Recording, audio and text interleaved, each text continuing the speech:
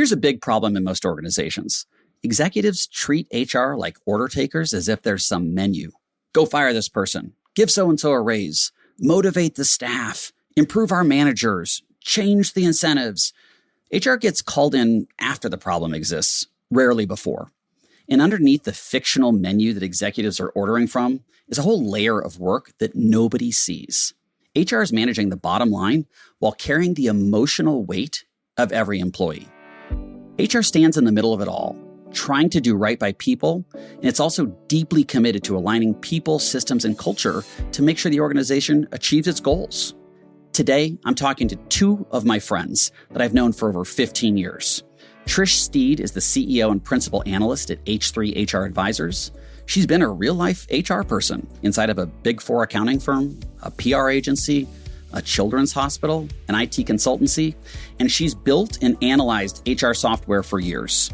You know, if you bring HR in late, like on M&A, to where they're just kind of doing the paperwork, you're going to have so much regrettable turnover from the company that you're bringing in. And Steve Boese is her business partner, a co-founder of H3 HR Advisors. He's the program chair of the HR Technology Conference, which is the largest event of its kind on Earth. And he's been watching this space as a technology consultant and HR practitioner his whole career. And frankly, the conversation with these two was so good that we're making it into a two-part series. Today, part one is about what your HR team absorbs that you never see, the human weight of the job. We take you inside of a children's hospital. What happens when the sound of a helicopter lands on the roof with a critically ill child? Moments that never show up in an HR report. And fair warning, some of these stories might hit you harder than you expect. Probably a lot of executives who listen to this show who lose sleep at night, worrying about these things. And I would say just that, the HR folks do too, and are often really, really directly connected to the people and the stories.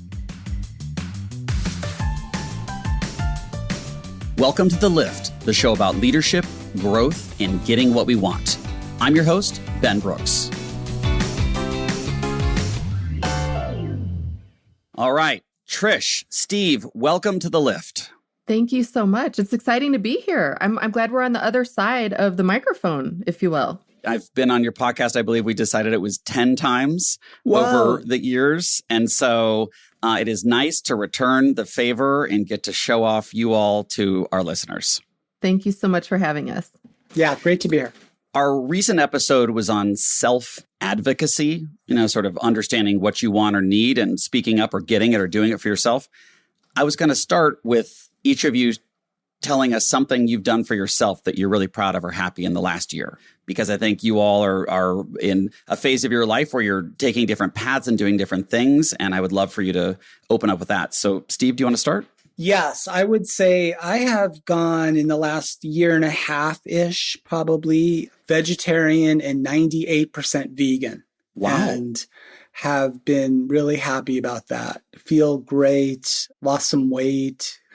My late parents, RIP to them, would probably feel good. I'm now eating all the broccoli I refused to eat for many years under their care and tutelage. So I guess that would be my answer. Making up for lost time. And Trish, how about yourself? So mine is a little bit of an ongoing situation. For 9 years, I had horrific arthritis in my knee. But as you know, Ben, we're all on the road, a good portion of the year with work. And I always seem to put my kids first and work second. And I'm a distant third, fourth, or fifth.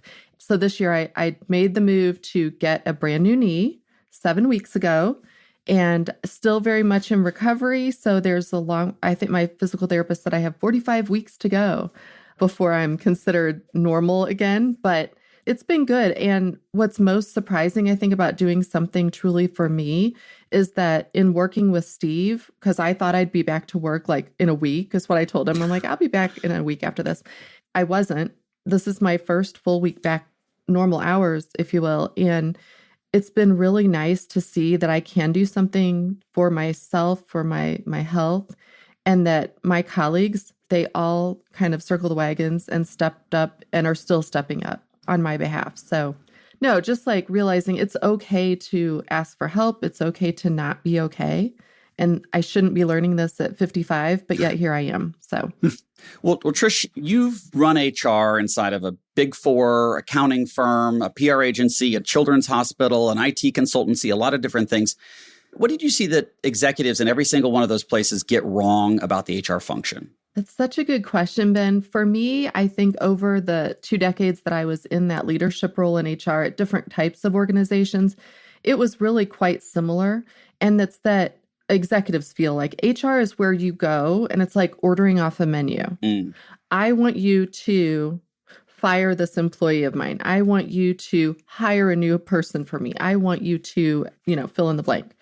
And those things are true. But I think if you're doing that, you're missing out on having a true partnership with your HR leader or leaders and their teams, because I think they have so much more to offer you in terms of viewing the culture of your workforce and actually propelling both your employees forward and helping you make better decisions, maybe in hiring or just how to make better business outcomes. So again, we've made a lot of strides since I've been in HR. I've been out of it since 2012. And I'm seeing progress, but man, stop using HR as just like a, checklist or a menu that you can go and order something off of. And frankly, a incomplete menu relative to what HR absolutely. Could do. Steve, I'm curious, you've seen your conference chair role and consulting roles and implementing HCM or human capital management systems, hundreds of organizations. And I'm curious, when you see an executive team that either leverages HR or just tolerates it, walk me through what you see when it's like, oh, here's an organization that is like, we get it. This is a partner. We know how to use it versus that it's like, yeah, we have to have this thing.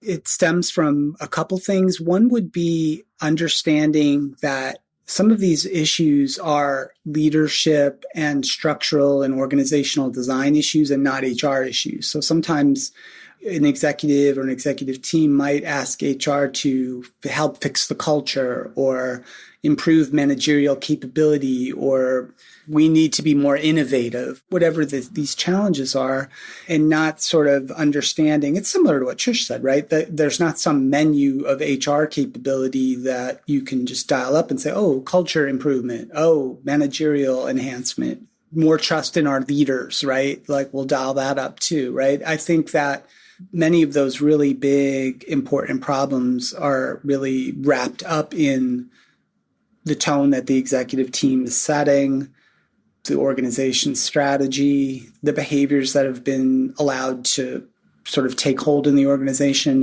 and what's rewarded and what's only tolerated and what's not tolerated.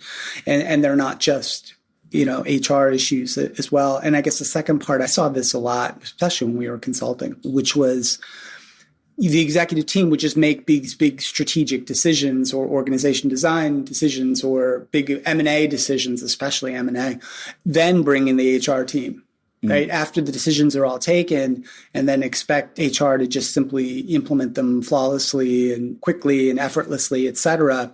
And I'm not saying HR can't do that. I worked in an organization which our growth strategy was M&A, right? And we were just simply acquiring smaller companies in the same space we were in. And I was in the HR systems teams in that place. And we'd fold them in. But the people who came from those organizations we folded in were invariably just unhappy, right? And we had lots of problems, HR and employee relations problems with those people. And a big part of it was HR wasn't part of that process to thoughtfully incorporate these acquired organizations in our organization. So M&A is another one I'd throw out there is pretty important too. And I have 2 quick follow-ups. You said some of the org design and the structural things, culture aren't HR's job. And I bet there's people listening who aren't that familiar. They're like, what the heck? What am I paying HR to do if that's not their thing? Walk me through why you would say those are more owned or shared by the executive team versus just an HR thing. Yeah, because I think ultimately the executive teams, and I'd love Trish to weigh in on this too with her work with the C-suite, right, when she was in those meetings, they are setting the leaders in the organization. They're determining who's going to be in leadership. They're going to determine who's going to be rewarded, who gets moved up in the organization, where investments flow in the organization, what the kind of the overall style and approach to work is. In the last 5 years, we've had major debates in organizations about remote work, hybrid work, return to office, right? That's a perfect example, right? HR was only tangentially involved in those decisions, especially the ones in the last couple of years, which have been predominantly more presence in offices, right? Yep. And I'm not here to say that's wrong or right or good or bad. Every organization makes their own decisions.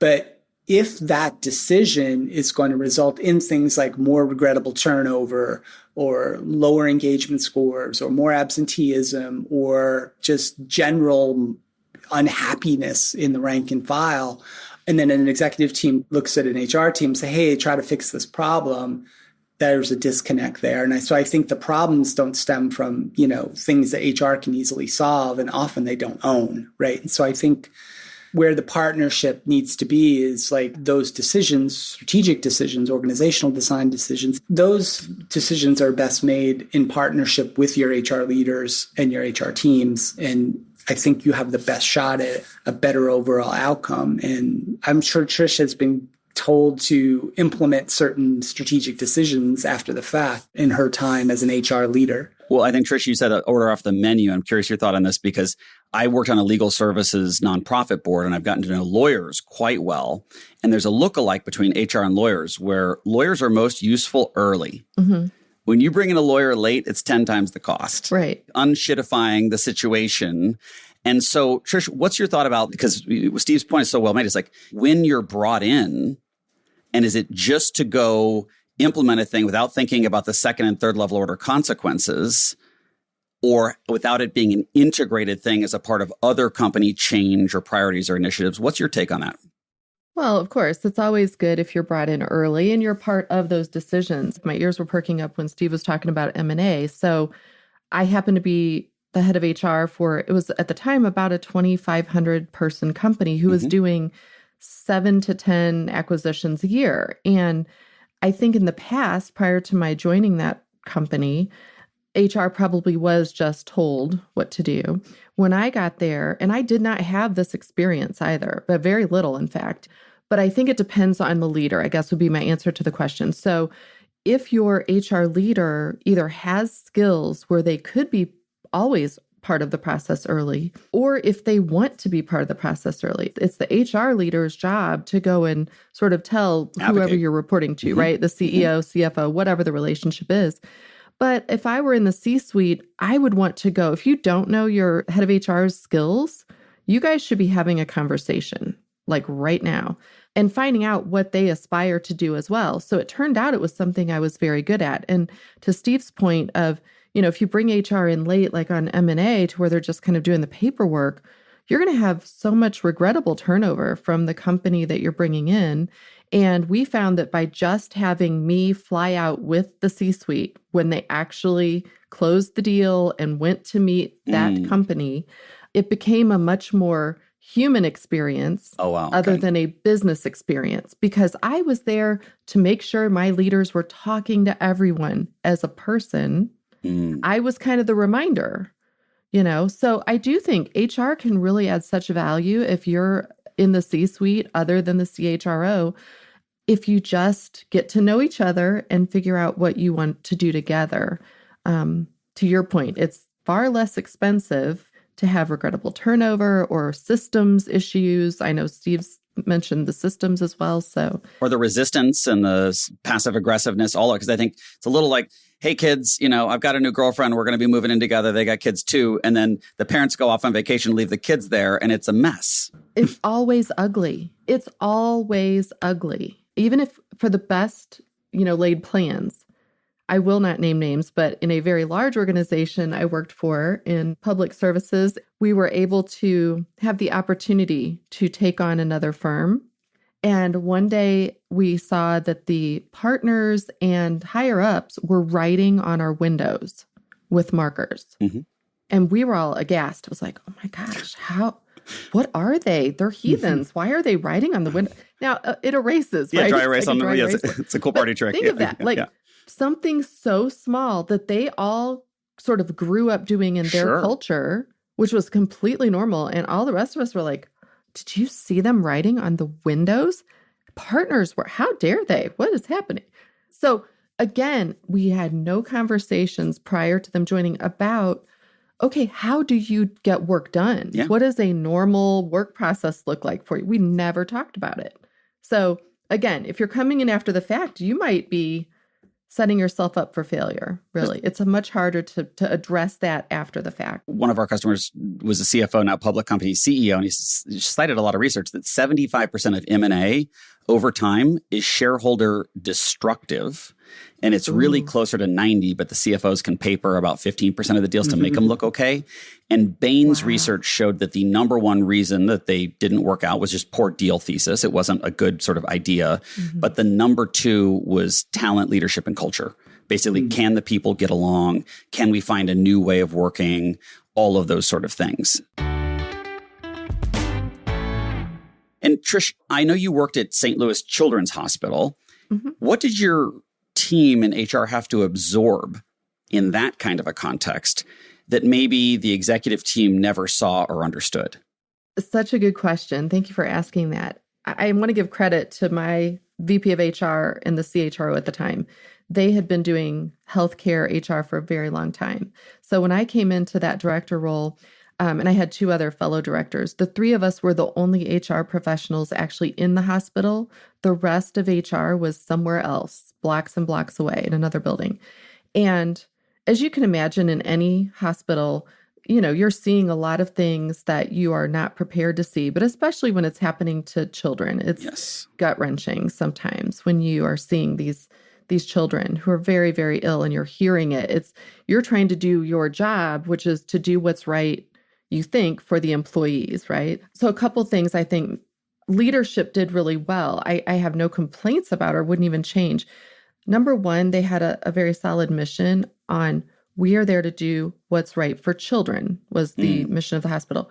And that didn't mean their parents. It didn't mean whoever. But as HR, we were there to do what's right for the people who do what's right for children. So we had a big strategic compensation initiative that the HR team was so excited to finish and roll out and get leadership on board. And Nurses Week was coming up, and we were told we needed to deliver cupcakes to all of the nurses in the hospital.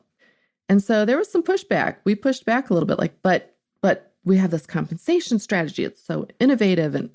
And we were told very quickly, these are the people who are taking care of the patients. You are going to hand deliver cupcakes. We did, and it was one of the best experiences in my entire career.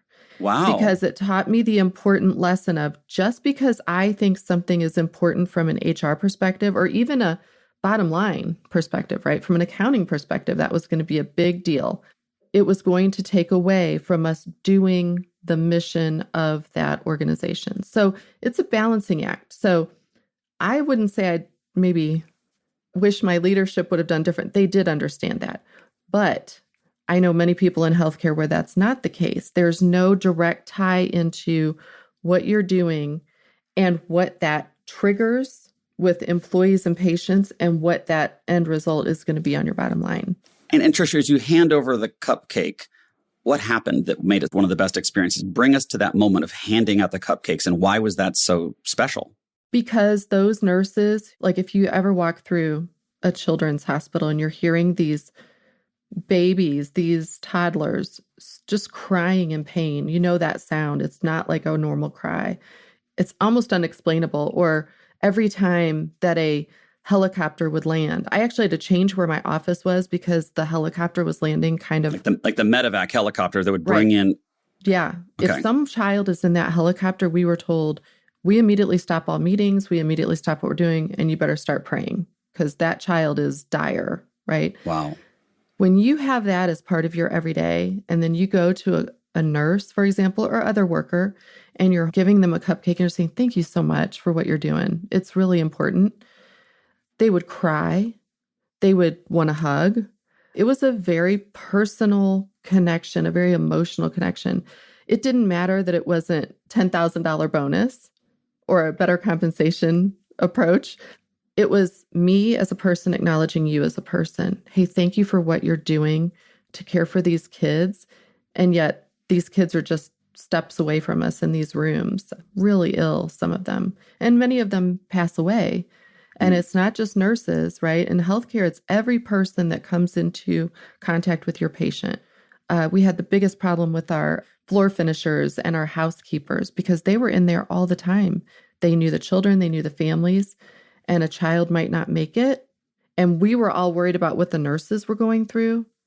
Well, I had to make sure I knew what the housekeepers were going through, what those floor finishers were going through, what the food and nutrition was going through, who delivered their trays every day. So when you think about that in the broader context of, if I'm a CEO, a COO, and I'm thinking about HR, you have to have a balance. You should know your HR team, every single one of them, because who is there to offer that level of support for your employees? It doesn't matter if you're in a factory making widgets or if you're in healthcare caring for patients or some other type of organization. I'm very touched, moved, and inspired, and just I feel like I'm in the hospital with you in that story. And I remember I read a book from Worst to First, and it was about Gordon Bethune turning around Continental Airlines in the late 90s. And I remember he's like, I always work Thanksgiving at the airport. I work the ticket counter and I work in the break room and I serve Thanksgiving. I have Thanksgiving where our employees have Thanksgiving while they're helping our customers get to Thanksgiving. And it was just this sense of we're in it together, but also understands the pressures they're under, et cetera. Steve, I'm curious, what do you take away from that? Or what does that remind you of examples that you've heard? Yeah, it reminds me that even if it's another kind of organization whose maybe mission isn't quite so societally important, but still is an important one. Making tires or doing tax returns or something like that. Yeah, telecom services, for example, was an industry I worked in, is that the people in that organization, each one shows up to work with their own baggage, their own stories, their own cares, concerns, and challenges. And executives have a lot of pressure on them, right? They do understand that they're often, guiding the organization and stewarding the organization's resources in such a manner that everybody can have a livelihood, right? And everybody can thrive and everybody can be taken care of. And I don't discount that. Having said that, though, those responsibilities quite often preclude those executives for having kind of those personal connections that Trish has described, like with handing out the cupcakes to the nurses. And often in organizations, folks who are in the HR function have those personal connections or they're defaulted to those people. And I'll give a quick example.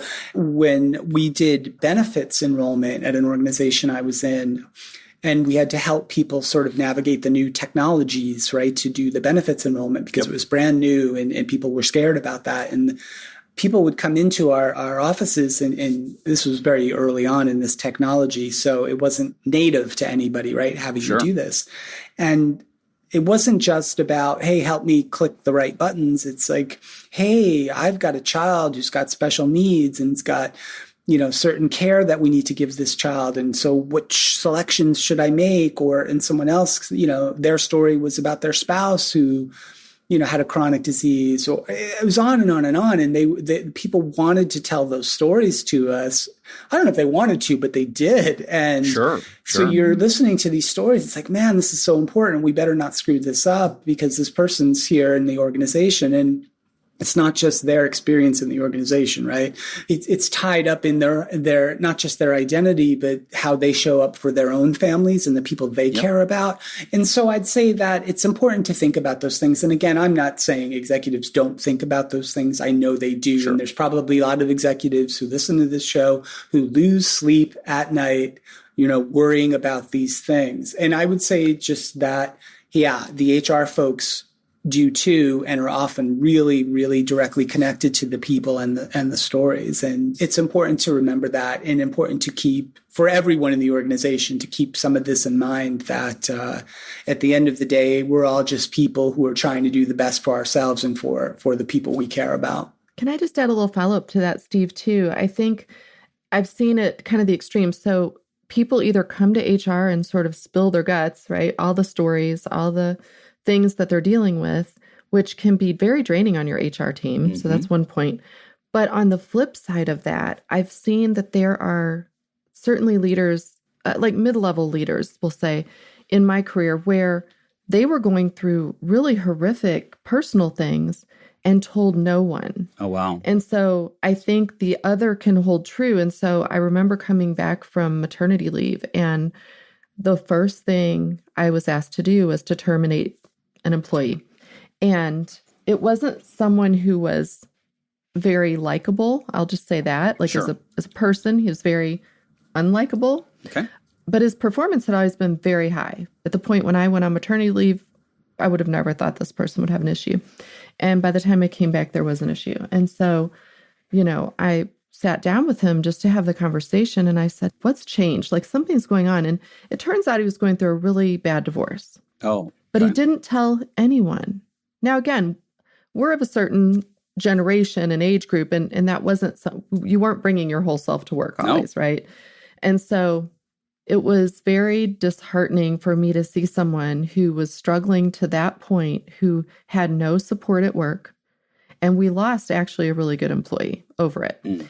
So yeah, I would say if you're an executive, if you're not hearing from HR or from some of your direct reports or their reports, like if there's people that seem like a stone wall, maybe get to know that person too, because they might not feel comfortable sharing what they're going through. But if you start to see productivity slide down, or maybe they're in sales and the sales taper off, something is usually going on that you might be able to just ask about and provide some support, or have HR provide some support, and not lose a good employee who's productive normally. So I think taking that bigger context, the sort of the iceberg there is you only see what's happening at work. And, there's privacy things, there's HIPAA. I think a lot of executives are sort of like, I don't want to go there, or they feel uncomfortable with what might happen. But I remember it was in the pandemic, there was a question I said, if you want to ask people, how are you? And we're like, oh, I'm fine, I'm good. We have this automatic social response, but how are you really? And putting the really in there, and then STFU and just be quiet and listen. And people can disclose whatever they want, but you're right. There's a lot more resource and often decency and accommodation and support. And in particular, if you've got pattern recognition that someone's good for a long time and then they're not, right. If your car was really good for a long time or not, you take it into the shop, you wouldn't send it to the junkyard, right? Exactly. Yes. And so I think that is the kind of to be curious. I mean, I have a client right now, and she's a senior executive, and her mom and dad are divorced, but they're both basically in hospice right now at the same time. Goodness. And she had to put mom's dog down the same day. And there's a lot going on, right? And there's a lot of pressure at work. Their stock's down, all these things.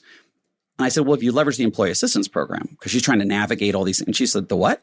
I said, well, most organizations, even at my small company, we have a great employee assistance. And they're like, what is it? I said, you basically can call them with any problem or need you have.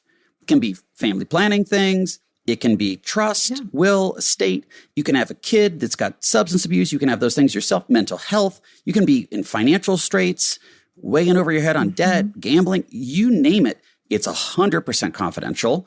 They often have free services. They refer you to local providers. They have discounts. They vet all these things. They help you, to Steve's point, navigate your benefits. You may have a kid and you don't want to disclose that your kid has a, leukemia or something, because you might feel like, oh, I'm going to be viewed in our culture as, distracted or something like that. And there's a lot of pressure. Yes. And I think this is the part of, there's a lot more at the employee level than I think employees realize. But I think it gets back to a question, Steve, I'd like to ask you to start, is whose side is HR really on? All right, folks, we're leaving you on a cliffhanger today. Next week, we're going to pick right back up with Steve's answer.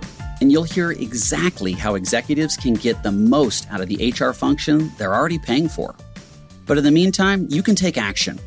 First, stop ordering off this fictitious HR menu. Show HR respect by bringing them a problem or letting them know what you're trying to achieve rather than handing them a task. And bring them in early. Next, if you got a reliable performer on your team or in your organization and their performance slips when they're usually very consistent, get curious first. Don't jump straight into progressive discipline or thinking you might need to fire them. Like we heard today, HR is privy to both heartwarming and heartbreaking stories. Chat with your HR team about what might be going on outside of work that's affecting how employees are showing up at work. And on that point, know what your employee assistance program does. It's one of the best kept secrets in employee benefits, It's a lifeline, and frankly, it's a concierge for employees' personal problems, so make sure everyone knows it's there to support them. Join us next week for part 2.